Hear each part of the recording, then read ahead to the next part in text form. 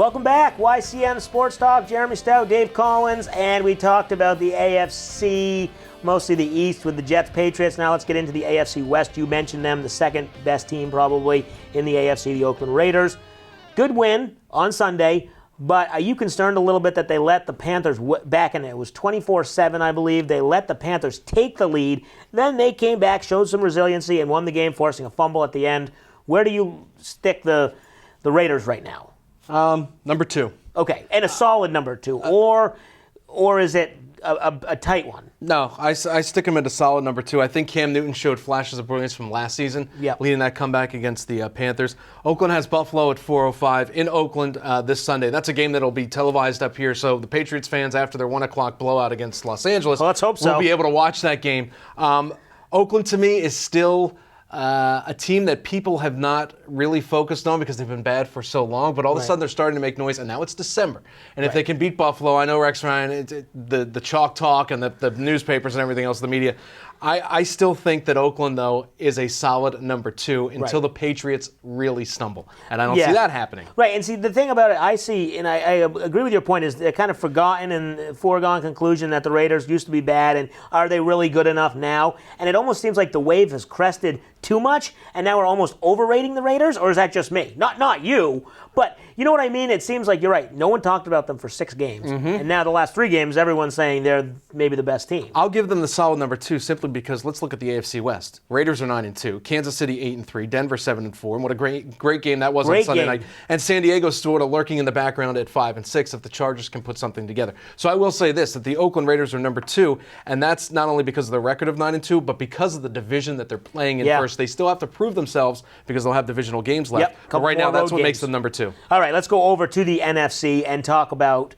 what I think, I might get a lot of flack from this, but maybe the best team in football right now, the Dallas Cowboys. Even better than the Patriots. The way they're playing, I know people will say, well, look at the competition, but it doesn't matter. You beat who's on your schedule, and they're doing it pretty well. And they are, and they're still the unknown because you've got Ezekiel Elliott back there who's brand new. You've got Dak Prescott that's brand new. And so far for the Cowboys through 11 games, no one has really been able to figure that out except for the Giants, and that was way back early in the season. The first week of the season. And look at the Giants. They're on a roll too. That next matchup is going to be huge between the Giants and the Cowboys. That might be a prediction for who's going to win the NFC East. So do you think now with the Seahawks stumbling in Tampa Bay last week that you can say the Cowboys have entrenched themselves as the best team? Because they not only have a good offense, they have a good defense. They're not making a lot of mistakes. It's a good football team. In the NFC, they finally put it all together. In the NFC, yes. Okay. I still like the Patriots up there still. I wouldn't sit here and say the Cowboys are light years ahead of them, but the wins that the Cowboys have, they're making their wins look a lot easier than the Patriots are. Yes. Because that second half against San Francisco last week, they pulled away, the Patriots did, but they struggled. I think this week's going to be the test for the Patriots. They're at home. The Rams, they're not that good. You mean a test to see if they beat them by 2 touchdowns or more? Yes, exactly. Okay. See if we can get a blowout that everybody's been waiting for to make everybody feel nice and fuzzy again? Right. Okay. All right. Another team that's been struggling, we'll quickly touch on them. Monday Night Football victors over your Philadelphia Eagles, the Green Bay Packers.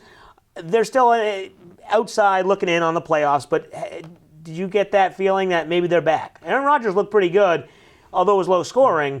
That defense for the Eagles is pretty good. I don't worry about, in that division, I don't worry about the Bears whatsoever, but you still have Minnesota and Detroit that you have to leapfrog as well. So is Aaron Rodgers back? Yeah, he still looked a little bit uncomfortable in Philadelphia. I watched the first half of that game. I listened to the rest of it. I'm not sure yet. I mean, I really think, Jeremy, that this will be the season.